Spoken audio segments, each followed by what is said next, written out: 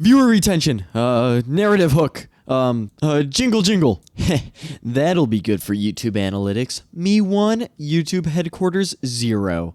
Oh, sorry, didn't see you there, friend. What's that? Fine, I'll get on with the actual video. Welcome, my achievement hunters and collectible gatherers. Today we are continuing on from last time in Beat to Complete Paper Mario: The Thousand-Year Door. You already know how this series works, so let's jump right in. And if you don't know, well, what are you doing here? Go watch the last episode, you silly goose! For a really quick recap, we obtained a treasure map, felled a dragon, saved the Pikmin species, and won a tournament arc, all in the last video. With that, we got 4 more crystal stars to go and 1 more princess to save. Well, first, let's get back to Rogueport. Upon landing, we receive yet another message from Peach who warns us of impending world domination. But that pales in comparison to surviving this random guy's storytelling. Seriously, why does this guy keep addressing me like he knows me? What is this? Who are you? Down under, I return to the Thousand-Year Door, and you already know the drill. Star, map, and then location leads to the next destination. On my map, what do I find? A place that's gloom where the sun don't shine. And heading back to Frankly, we tell him how the end is nigh, and with his reply, he sheds some light, giving us some info on the town of Night. Twilight Town. Yeah, I also don't know what compelled me to write this script with so many rhyming words, but I'm not going to change it at this point, so you're going to have to deal with it. Anyways, I power up the one and only Broshi and then drop down underground and into a pipe.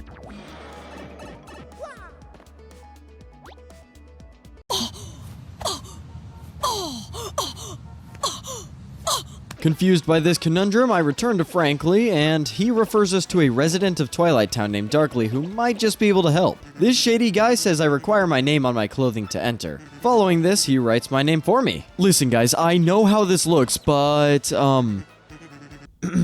no comment. Alright, let's try this again. There we go, much better. And so we take a pipe straight into Chapter 4.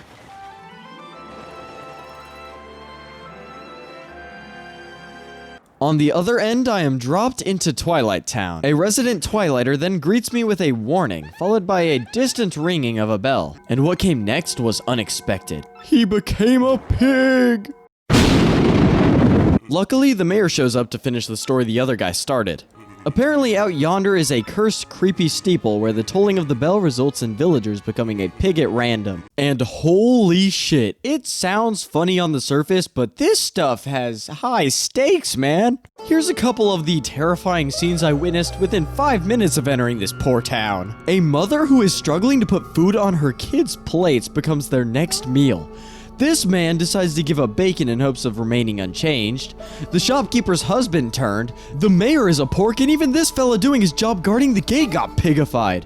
Oh hey, actually that last one's helpful. Past the gate, I find myself on Twilight Trail, though a fallen tree blocks further exploration. Using coops, I can at least reach the shop key there. Going back, I then use the key. I swear this is for the greater good, ma'am. And pillage the storage room. And do my eyes deceive me? Another new ability, curse? Back up. This chest is aware that his curse is a new ability? Well that speeds things up. This black chest, who claims to be one of the good ones, requires a key. Revolutionary, I know. So I move this rock and obtain said key. And to the surprise of only someone with memory loss, we are cursed. This time with the ability to become a tube. Now the fallen tree poses no issue and I can head into the woods. There are a couple simple puzzles here and some badges too, but I quickly made it to the key destination. Here lies a solemn steeple that a few might even venture to describe as creepy. It's a good thing that breaking and entering has no consequences when you're the good guy, cause we did just that. Inside, I roll straight into a hidden back room with a Shine Sprite new badge and the legendary ultra rare cookbook. This will come in handy later. Continuing down the hall lies a Boo who whines about being lonely. Maybe he just isn't being transparent enough? I mean, I can practically see right through his facade. And him! Pushing the L is real statue, I fall into the basement. Down here, I get bombarded by ghastly ghouls who then quiz me. And you can tell by this bountiful gift that yes, I got the answer right. I then go outside and smack this red button, which removes these stairs in the next room. After climbing said stairs, I can cross the room to grab the steeple key. Doing the same on the other side, I climb some other stairs to get the privilege of climbing more stairs. Are you following along? 'Cause I'm not. I hate stairs. Ascending to the top of the steeple tower, I am met with yet another ghost. But this one is the spirit of a prank channel. These people are actually high on my list of people to fight on site, so I take initiative, of course. We'll just call this freak in a sheet Crutch, since that's what he's about to need after this battle. Crutch is your average ghost with the ability to become you. This doesn't really help him since he froze up just as I was winding up for my final attack. Hell, even Merle was impressed, giving me double star points. Another day, another star. Mario, your hat is slipping down a bit. Shit, he pulled one over on me. I got duped. Literally. Around this time, we are shown that Vivian also loses yet another item. God, get it together, girl. Meanwhile, I get jumped on my way back to Twilight Town. But hey, the doppelganger says he'll let me have my body back if I can guess his name. Okay, enter. Damn. And here I was thinking he was the spitting image too. Realizing I can't even touch the guy, I retreat into town. Worse yet, everyone here bullies me. This resident says I look dubious, the mother says I should dress like Mario, and this fellow wants to be a bird. How absurd is that? Eventually, I bump into Vivian, who I help in her search for the Super Bob-omb, which turns out to be utterly broken. I tell her about my own plight, and she decides that perhaps staying with her abusive sisters is not worth it. This amiable shadow even wants to repay this act of kindness, so she agrees to help me search for a way to get both my friends and my name back. And with that, Vivian joins our party. Vivian has the ability to hide in the floor, perfect for eavesdropping. And man, do these Corvids got some real conversations.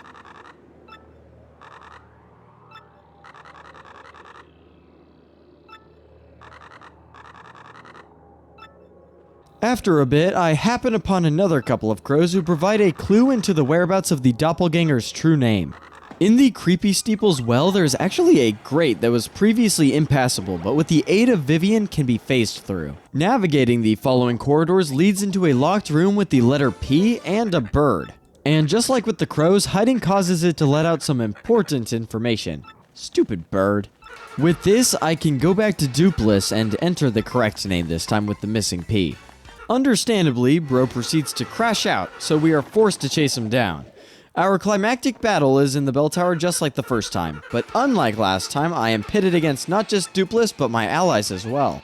And if it felt like my odds couldn't be any worse, Vivian then learned of my true identity at the beginning of the battle. Oh ho ho, you expected a fellow ethereal being? Well, too bad. It's me, Mario. Wahoo. Hell no, man. What the fuck? Regardless, I am still cracked at this game, so I can take him. After some back and forth, plus a couple of lucky dodges, Vivian decides that fighting by my side is still better than her abusive sisters. A wise choice. And it also helped that just like the first time, Dupless freezes in awe of my aura. One final strike is all it took to exorcise this fiendish phantom. Dupless flees the scene and my party reconciles. It doesn't take long for them to warm up to Vivian, as she was the only one that didn't attack me. This time, at least. Officially, Vivian really joins my party this time and then passes me the ruby star.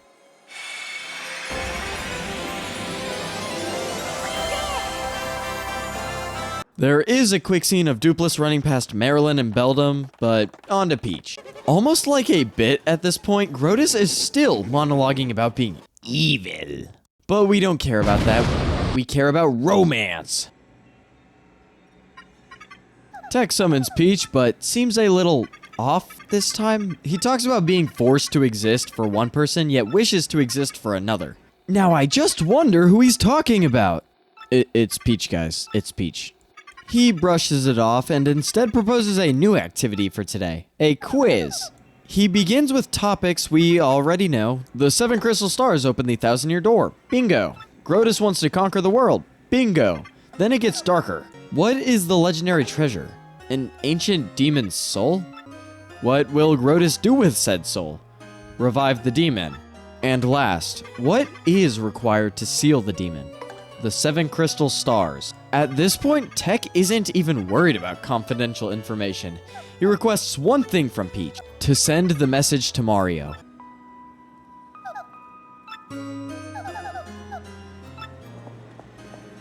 Damn, that is such a good sequence. Bowser is up next, and this time he's going back to the Jizzle Pit. Poor guy has clown car troubles on the way and is dropped into the sea below. Hold up, if he's a turtle and not a tortoise, shouldn't he be able to swim better than this? Bro is quite literally flailing his arms at maximum capacity. The delightful swim comes to a close as Bowser reaches Rogueport Harbor. Gammy Koopa descends and gloats about how awesome and cool Glitzville is, but Bowser ain't having none of that. Once we bid Twilight Town farewell, we get Peach's email covering what she just learned from Tech.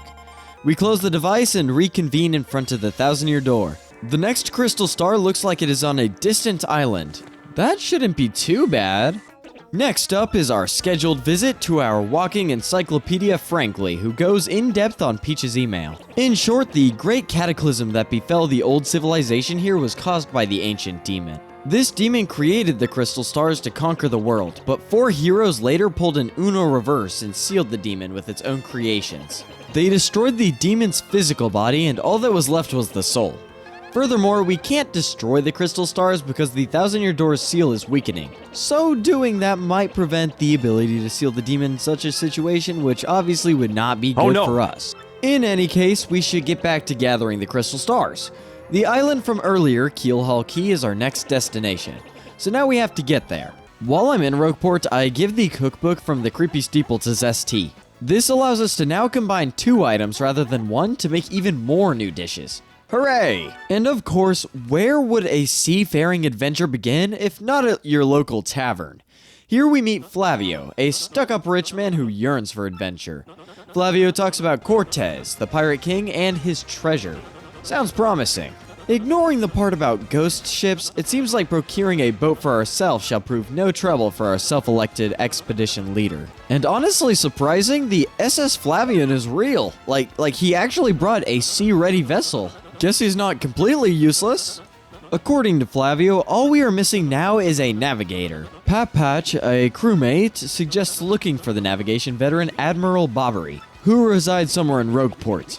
It is the captain's duty to handle negotiations, so they send me to find this legendary navigator. Bartender Podley from the tavern says that Bobbery lives in East Rogueport, but once I get there, the door is locked and no one is answering. Don't worry, breaking into private property is still okay if you're a hero. I hover across rooftops and just like old St. Nick, drop through the chimney. And understandably, Admiral Bobbery wants nothing to do with us crooks. Get the hell out! Get out! Get out! Get out! Okay. Get out! Get out! Wondering why this sailor hates the sea, I ask Podley for further information. The story goes like this.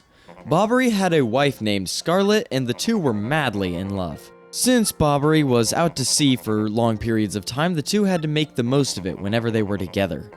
During one of his long voyages, however, Scarlet was overcome with an illness that ended up costing her life. Bobbery didn't learn of this until he had returned and began blaming himself for what had happened. With that out of the way, Podley asks us once more if we still need Bobbery's help. As much as I want to leave the old sea dog be, I think the world possibly ending is a proper time as any to still request his navigational support. Podley then hands us a letter written by Scarlet and asks us to present it to Bobbery. And here's how that went.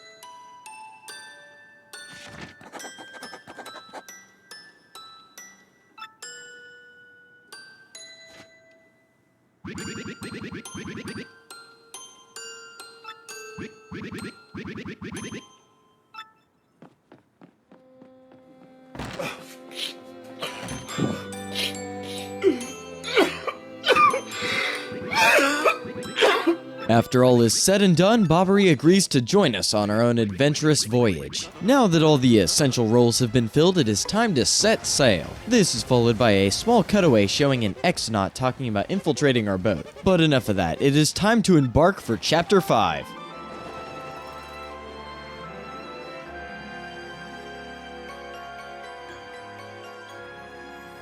The chapter begins with us sailing the seven seas, to which days go by as Flavio records the voyage. But let's fast forward.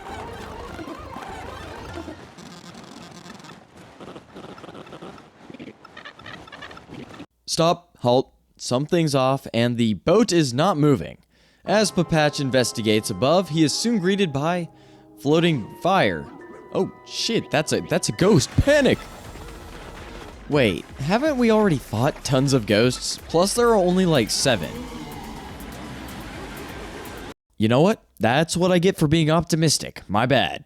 3 crew members are missing, and the rest of us are stranded on a remote island. With the others building huts, foraging for food, or whatever else castaways do, I'm desperately searching for any hidden cameras or microphones. No dice. It's over. We are screwed. Things aren't even much better in camp as the crew is fighting amongst themselves already. Flavio and Papatch go to settle the score out back, but soon return in fear. Ghosts! But luckily we outnumber them. Right, guys? Nope. Just me? After the ghosts have been busted, Flavio believes it is time to expand our search further into the island and take a gander who got sent. It's a me, a Mario. On the west side, there's a creature called a Wacka. Aw, today's a good day, isn't it? Well, too bad. Listen here, punk. Life will never go your way. Just look at me. I could have been a plumber, but now I'm stranded on an island with a ton of buffoons. At least with that out of my system, let's get to work. Exploring the harsh jungle is cumbersome work. I have to disturb ecosystems, navigate an unforgiving environment, and rescue my incompetent crew. Hey, my crew, how's it hanging? Unfortunately, it seems these guys have absolutely no combat experience, so Bobbery pulls quite the altruistic stunt. He tosses the others to safety and then proceeds to get railed from both sides. This act will not be forgotten, Bobbery. You were a true role model. Our group retreats for now, but the camera pans to Four Eyes. He knows that I knows that he's an imposter, and he did he just threaten me? Man, last time this happened was in... No, not that game, please. After regaining my composure and keeping a cool head, I find this frosty badge which will be convenient in the upcoming battles. Deeper in, Bobbery's cries ring out, so it is up to us to save the guy. With this treasure, I summon A fire flower. Fuck, it just made them stronger. Once the rogue flames have been extinguished, I can give this tree a smack to drop down Bobbery, who is in peril. Seems not even the Admiral could survive the curse of 1,000 backshots and makes one final request. Bring some vintage Chicola Cola. Turns out Flavio took it for himself using the power of communism and demands that I trade for the beverage. What the hell is wrong with you, dude? Anyways, I end up giving him a coconut that I had forged earlier from these trees and bring the refreshment to our dying Admiral. Each and every swig of the bottle is another second closer to the other side. And with that, Admiral Bobbery is gone. Kidding, I just had to make him forget that he was dying in the first place. Problem solved. And Bobbery, being none the wiser, happily joins our party. At camp, our crew discusses the next step and brings up a skull rock that seemed a little interesting. Flavio, having a skull gem of his own, is the most likely candidate for the path forward, so we all vote for him to go.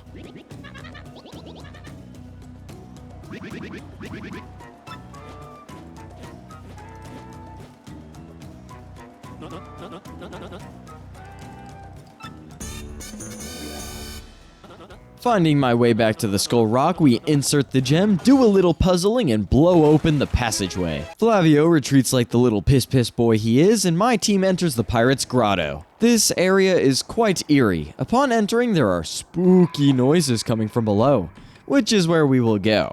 The first room requires snuffing out scary spirits and avoiding some simple spikes. Further in the cave is a storage room where we obtain the grotto key. More spikes, parkour, and foes attempt to impede our mission, but we eventually reach a sunken ship with the 4th black chest.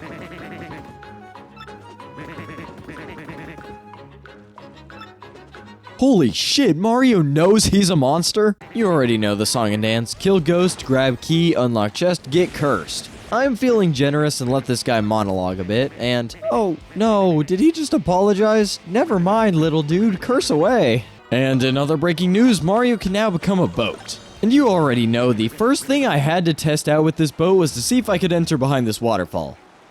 Just like the simulation. Traveling back to the first room, I can now grab the gate handle and use it to, well, open a gate.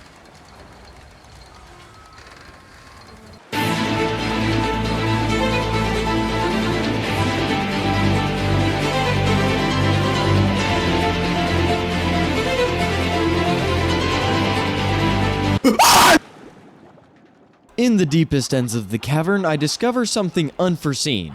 A crew of lost toads. I'm on my way to save you guys. Hold tight. Oh yeah, well screw you guys too. You're not getting a ride now. Bada bing, bada boom. I have saved you, toads. And is that the Piantas from earlier? As it turns out, all these stranded souls were beached in the same manner as I. More importantly, Cortez is right behind this hole.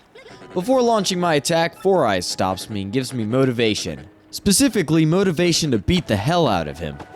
Inside the lone vessel rests the treasure and Pirate King Cortez. Regardless of whether this guy is totally in the right, protecting his treasure from this freak, we still need to get that crystal star. On guard! Cortez is a pretty spooky, scary skeleton. He's got 4 arms with all 4 being armed, but it just takes a couple of smacks to his bony base to down him. But even that won't keep this restless spirit at bay, as he still has a bone to pick with me. And revives for a second phase. And without his arms, he resorts to boning me and my party relentlessly. But not to fear, Bobbery blows this numbskull sky high and understandably rattles his bones a bit. Now on to phase 3. Reduced to just a head and some weapons, Cortez resorts to dirty tactics. By this I mean he literally just sucks the souls out of my entire audience. I mean, Hooktail's eaten the crowd and I've beaten the crowd, but nothing could have prepared me for this. But to be honest, that's not even near as surprising as the entire crowd who decided to stay despite this. Talk about dedicated fans. Cortez then stoops lower than low and attempts to give me head. But as we've all learned in school, consent is like tea. So I just say no. After this heroic battle, we explain that we don't honestly care about the treasure anymore and just want that star.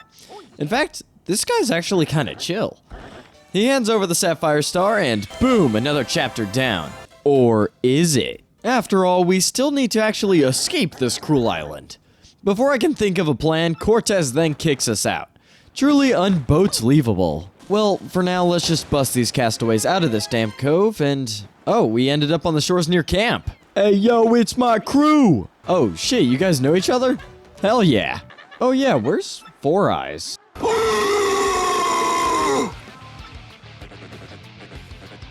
Oh no!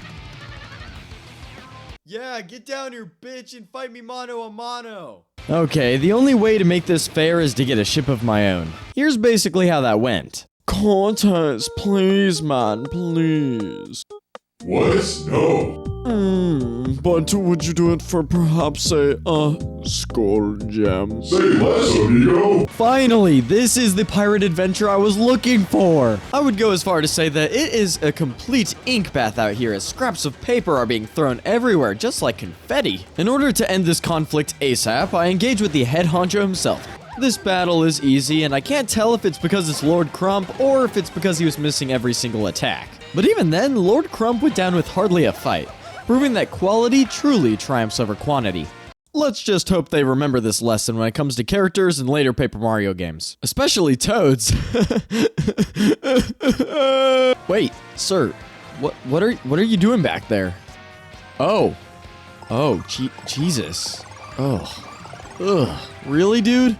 You know what? Fuck this. Tanabe, reduce their individuality now!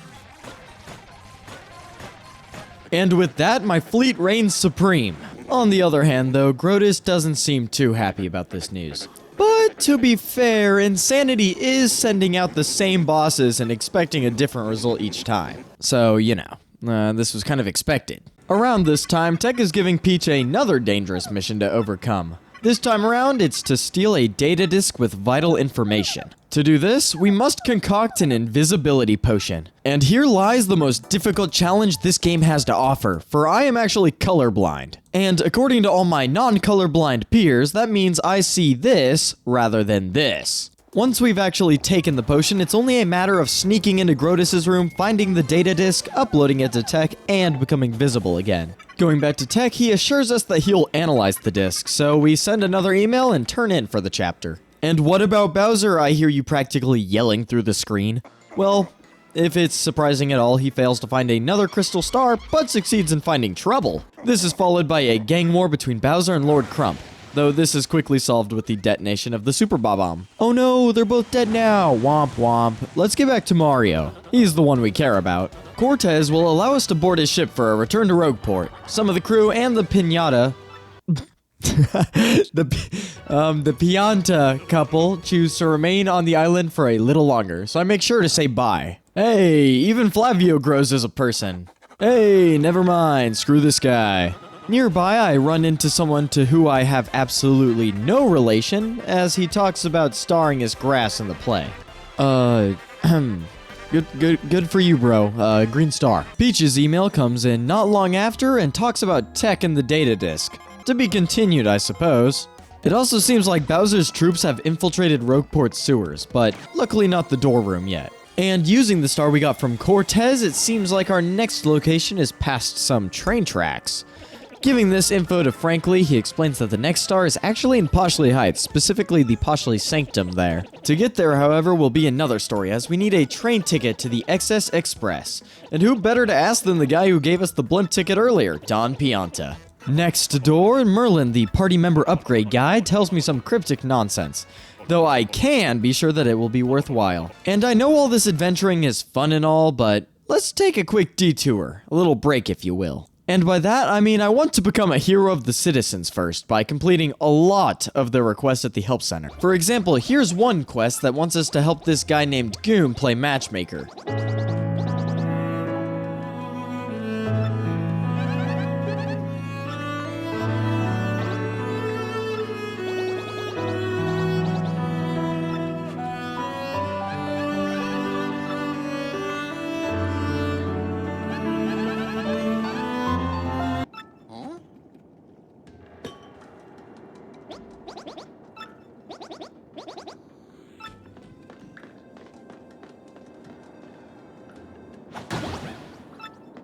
Okay, and I just created an incel. There was also a commission from Miss Mouse to find a rare badge in Hooktail's castle, and there are actually a couple of important things to keep an eye out for during our journey here. First, blowing up this wall in the spike room earns me the up arrow for Merlin, and blowing away this invisible wall unlocks the elusive badge for Miss Mouse. Back at Rogueport, I start by delivering the badge back to Miss Mouse, who then reveals that it was actually her who hid it there. And just what is the flashy reward that we get for doing this? Well, it's actually a new hidden party member. Her ability is a 50% increase in illegal activity within my party. Now, returning to Merlin, I give him the up arrow, causing him to ascend. He then descends, bringing down an Ultra Stone, allowing me to upgrade my party members a second time. Now that's actually useful. Alrighty, time to get back to work. Getting a train ticket in the first place will not be quite a simple task since Don here is sick. Or at least worried sick about his daughter. Just like last time, bringing them back will get me the ticket. And if you don't remember, the two lovebirds decided to stay at Keel Hall Key. Arriving there, I find the couple distraught. Turns out they lost their wedding ring. Seeing as Frankie has quite possibly caused the biggest fumble in Pianta history, he is now forced to say the words, "I love you," 100 times. Like a mantra.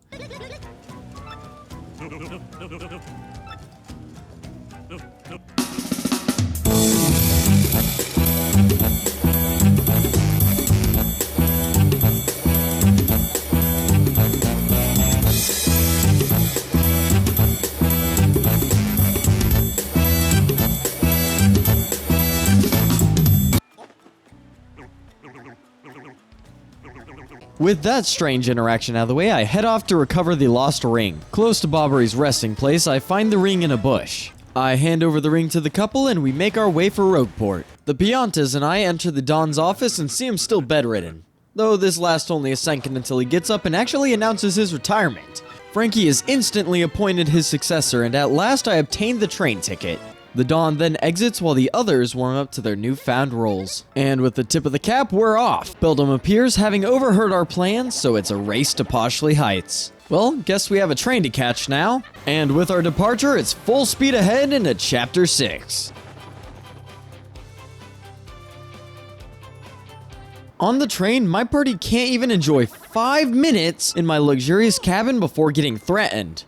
Let's get this over with. A sticky, yummy doom? What? You're right, my dear broshi. That is a freaky threat.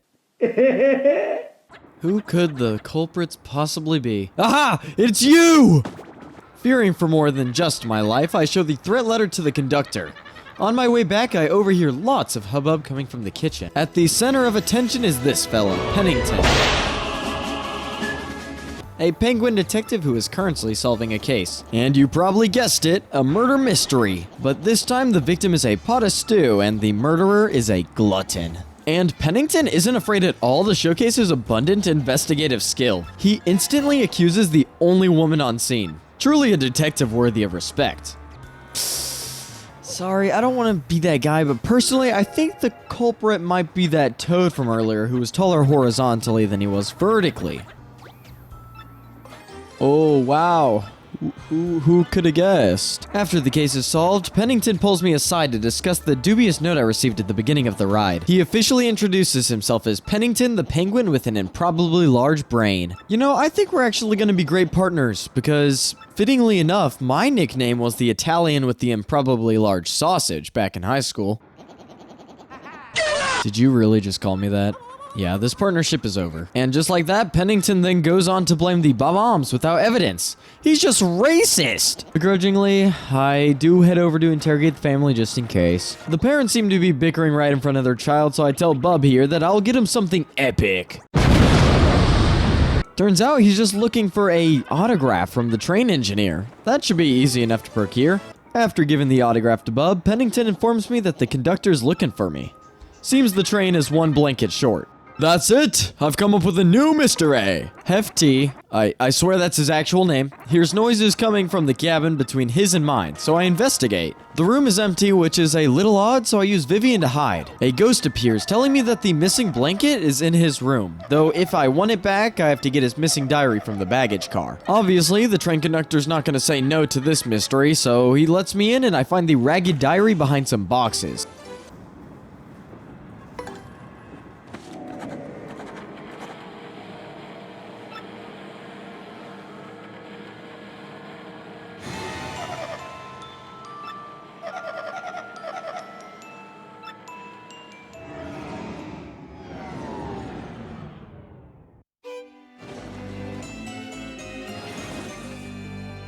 I trade the diary for the blanket, and the ghost can finally pass on.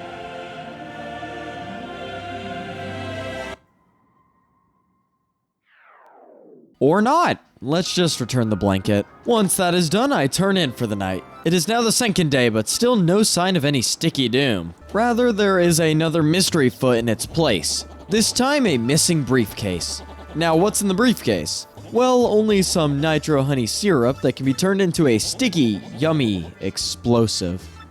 Oh god. I am tasked with searching for some missing company contracts, and one of them happened to be in Zip Toad's cabin. Suspiciously enough, Pennington brings up that he has also not yet seen the Toad today. I then stumble upon a similar paper in my own cabin, but this time I choose to hide. Doing so, we startle the dastardly troublemaker who then jumps frantically around the room. But I caught Broshi earlier in Chapter 3, so this should be no problem. Much better. I drag the culprit back to Pennington and take back all of the stolen belongings. Following this, we make an impromptu stop at Riverside Station, where Zip Toad reveals himself to be none other than the freaking Dupless. Before getting off the train myself, I make sure to return the other 2 stolen objects. After stepping off the XS Express for some fresh air, I learn that the bridge has been lifted, probably due to Beldam's crew. The conductor hands me the entrance key and asks me to find the switch. Just my luck, the elevator inside is down, so we have to take the long way. There are a couple puzzles on the way, but it wasn't too bad. Well, mostly. Fuck. Ugh! There is no obstacle too strenuous for the great Gonzalez. I retrieve the station key and continue forth. Damn, now that is a gorgeous sunset, man. Holy shit. And if there's one thing the remake got right, it is definitely the visuals, because, I mean, just look at it. Wait, hold up. Why does the sun look a little closer than it used to? One sec. Oh my god, it really is. It's in front of the mountains now. Huh. This must be the effects of global warming. Alrighty, in this room I have 2 holes I can choose to go down.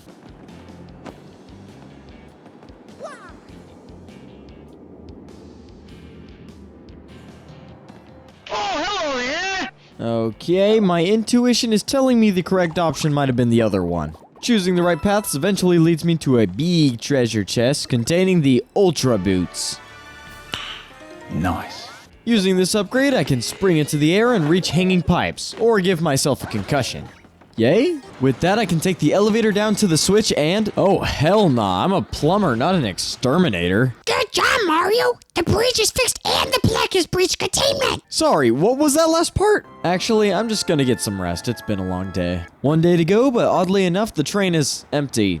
Ominous to say the least. My search brings me to the front of the train where luckily the engineer is present at least. Thank God. This moment of peace lasts but a second as the otherworldly beings envelop the entire train. Broshi and I sprint to the baggage car where there are actually some passengers being mauled to scraps. This was supposed to be my 3-day vacation! Better scramble like an egg before you get folded like an omelet. After climbing up to the window, I can exit the train. Outside, I must navigate a swarm of these pests until they decide to combine. These guys are smorgs, a smorgasbord of demonic dust bunnies. The whole idea is that you damage the tentacles to expose their core. And luckily, my quick hammer actually makes incredible work of these, so we whittle the smorgs down.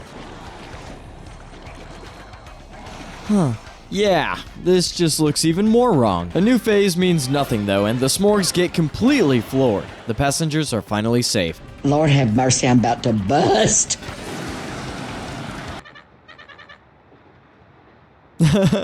Put the money in the bag. The rest of the ride is smooth sailing, and we finally arrive at Poshley Heights, home of the Poshley Sanctum. Speaking of, the Sanctum is actually locked. But no problem, our improbably large-brained friend is actually the manager of this place. Turns out being a detective was a hobby of his. Actually, you know what? That explains everything.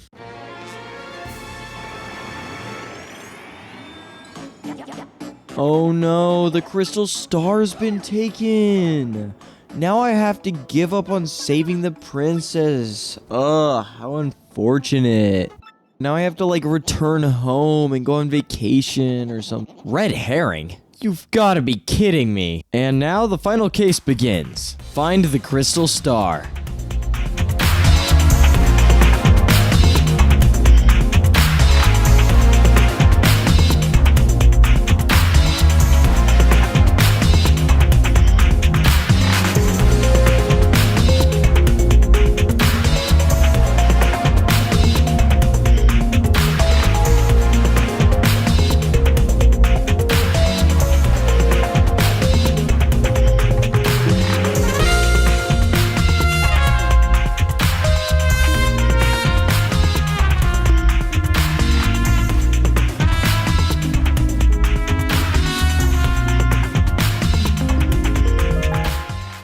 After grabbing that, I collect the Garnet Star and leave. Things aren't going as well for Peach, however. Tech comes to the conclusion that this time he won't hide anything any longer. We are told that Peach is currently imprisoned on the moon, and how to escape. But as Peach is typing her next email, Grotus busts in and factory resets Tech. Man, that's what you get for trying to be the best character, bro. What were you... No! Tech, you were such a home slice, bro. Well, that sucks. We are then left with a foreboding sentence about my true role, and it cuts to Bowser. Kammy Koopa relays the location of a strange underground chamber. The Koopa King clears said chamber and ends up in a workout room. What the heck? If it wasn't crystal clear, this is actually Rock Hawk's personal training area. The two actually end up getting into a scuffle and the fake crystal star breaks. Due to the pent-up frustration from failing numerous chapters in a row, Bowser stops caring completely and throws a slur at the bird. What the hell, man? Bowser just ain't the same since the retro days. Actually, you know what?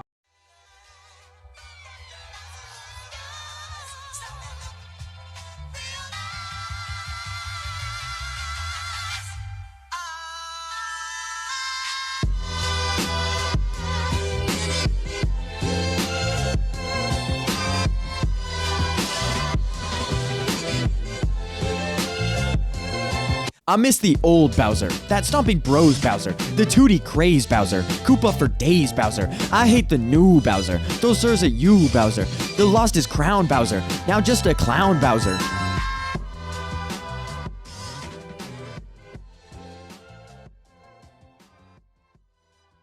Oh my god, we're back at Rogueport. We're home, baby! Oh hey, another email. Okay, so Peach is on the moon. That's not normal. And what's this? To resurrect the demon, they need Peach's... Oh shit. Goombella, this is gonna sound crazy, but hear me out.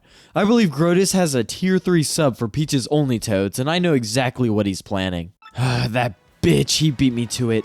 We must hurry to the 1,000-year door! Is what I would like to say, but it's time to end this episode here. I know, the anticipation is killing me too. Will Mario finally save the princess? Will this weirdo ever get a name reveal? Will an episode go by without someone sexually harassing our Italian hero? Will I ever get a proper musical number? And most importantly, will 100% Hunter ever 100% getting a life? Here's a teaser for that last question. Blink and you'll miss it.